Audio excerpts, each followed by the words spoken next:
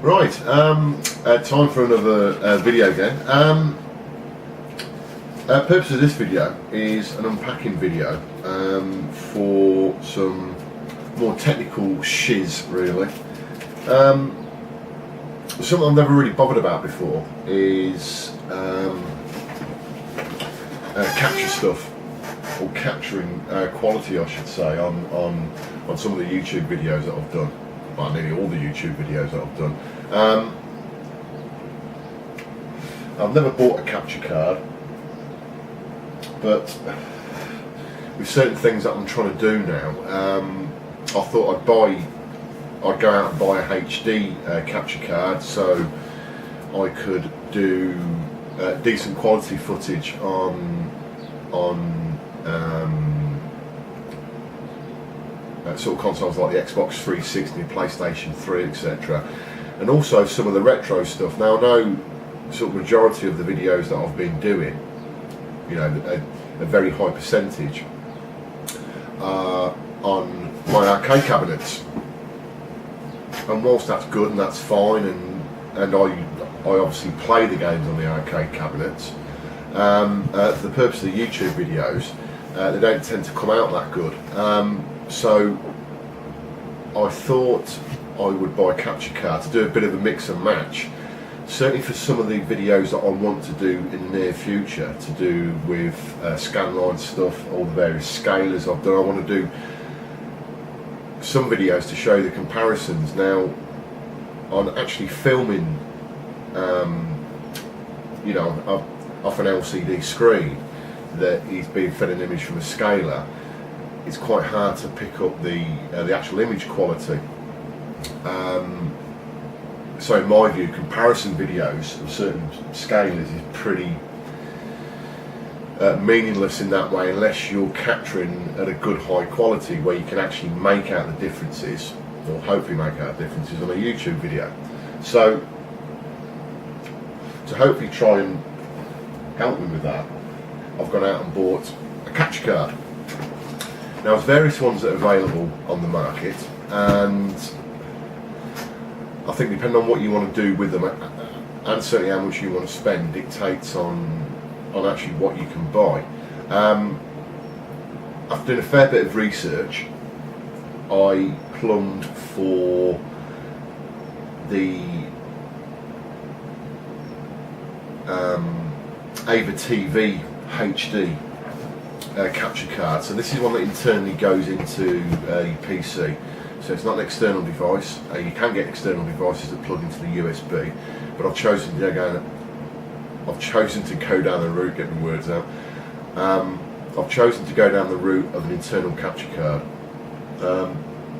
and we'll see what it's like. So this is just an unboxing of it, really. I ordered it from Amazon.co.uk on Thursday, and it arrived today. It would have arrived yesterday, but because of the royal wedding over here in the UK, basically the whole country shut down for a day. But this is the device here. It's fairly reasonably priced. If it works out that it actually does what I need it to do, which, based on some of the stuff I've done research on the internet, it looks like that it will suffice. But obviously you never really know until you actually start using it. But it was just under £100, so £99.95 plus delivery. And because I wanted it special delivery, it was about an extra £8. So for £108, I've got a HD capture card, which is quite a bit cheaper than some of the other alternatives you can buy. Now, they do say that you pay for what you get, but based on the reviews that I've seen and some sample videos that I've seen on YouTube, etc., the quality looks really, really good, to be honest. Certainly, hopefully good enough for what I want to do. So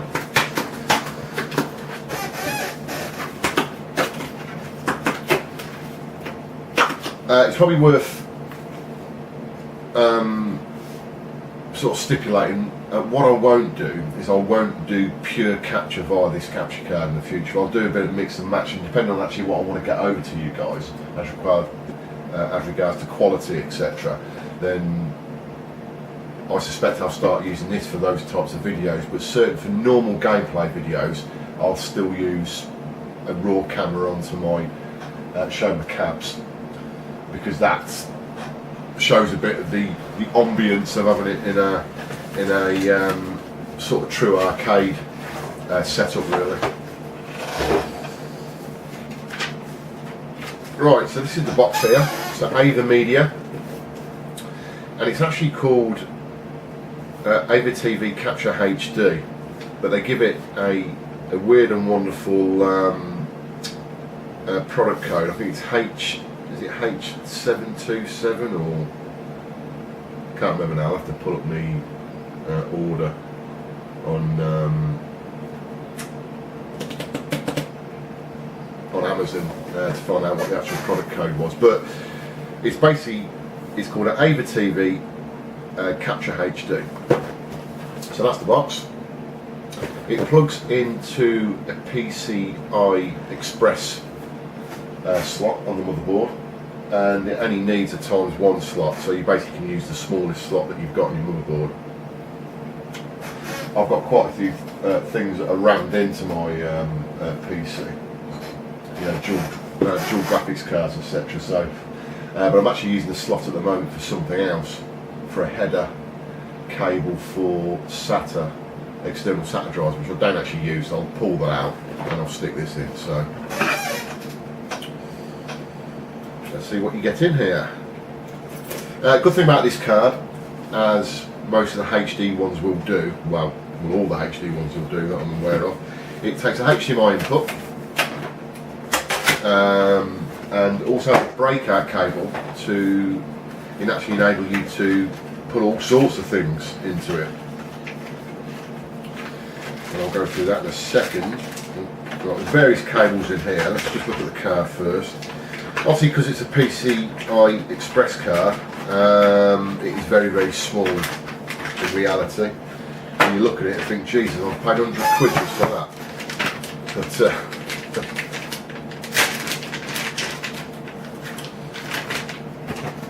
so that is the card, which is exceedingly small. Which is there. And obviously that's the PCIe interface. And you've got 3 connectors on the back of the card. You've got HDMI in, you've got a TV in, which is for an aerial, I assume. It's also a card that actually gives you a digital TV as well, if you want to use that. It's totally useless to me, I've never used that. But you've also got something called an AV-IR port, which is there. This is the port that's used for breakout cable,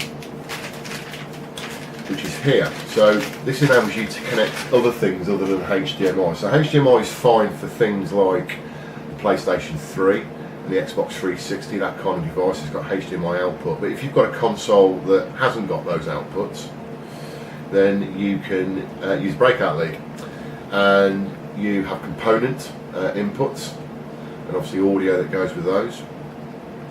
You have, well, I'm not sure what that one is. Do some research on that. You've got super video, you've got normal composite, which is nasty, and to go with those as well, you've got audio in left and right. So you've got a fair amount of different types of methods that you can actually input a video signal into this.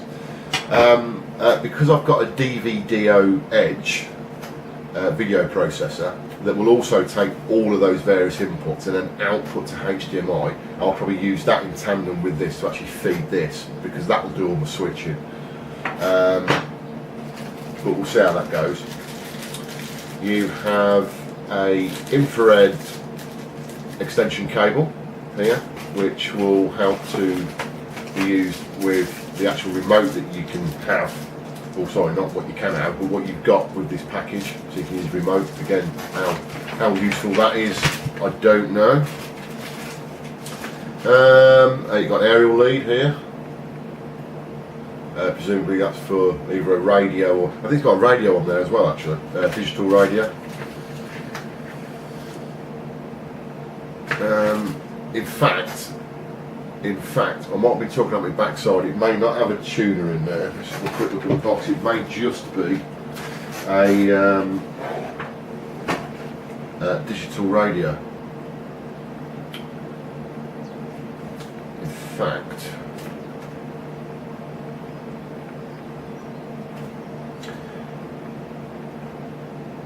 fact, it's not even a digital radio, so it's an FM radio antenna. So perhaps it hasn't got a TV tuner built in, which again, like I said, it isn't really a problem. No, it's not. Oh no, yeah, it has got a TV.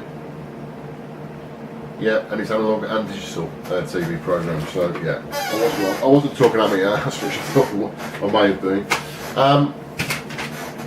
So you got various things there, like set up CD, software, etc. So yeah, I'm actually quite excited about this in a sort of anal kind of way, because I'm hoping that I can use this device, like I said, certainly initially, to do some comparison videos on the scalers I've got. Certainly a lot to do with the SLG 3000. You can't really see scan lines on that. I'm hoping on a pure digital captured image you'll be able to see all that stuff, and I can compare it against the XRGB that I've bought as well, so you can see the difference in the clarity between the base image, which I think is quite important really to get over to you guys, really, the differences, so you can see the differences yourself between these different types of scalers and actually what they do. And I could do a bit more explanation on it, get a bit more technical really. So I'm hoping that this device will actually enable me to do that. If it doesn't, and I don't get the results from that, then I'll still use it for future Xbox 360 and PlayStation 3 captures, and obviously do those in HD to get real good clarity on those, to sort of bring up the production value a bit more on the videos really. So yeah, a very quick overview really of the card, not going into too much detail. I'll probably do another video later on to go into that detail a bit more, and perhaps various setup tutorials on how to set it up and get the best from it. There's various guides on the internet, there's all sorts of things that you can do with it. But yeah, apart from that, I'll get it installed in my PC. I will initially do some scalar test videos on it to see whether or not it'll do exactly what I want to do. So in the hopeful near future, I'll be able to get some good comparison videos up of scalers working with retro consoles, so you can actually see what they should look like in real life on the screen, you know, as opposed to being reproduced via a normal HD video camera. So hopefully the quality will be a lot better.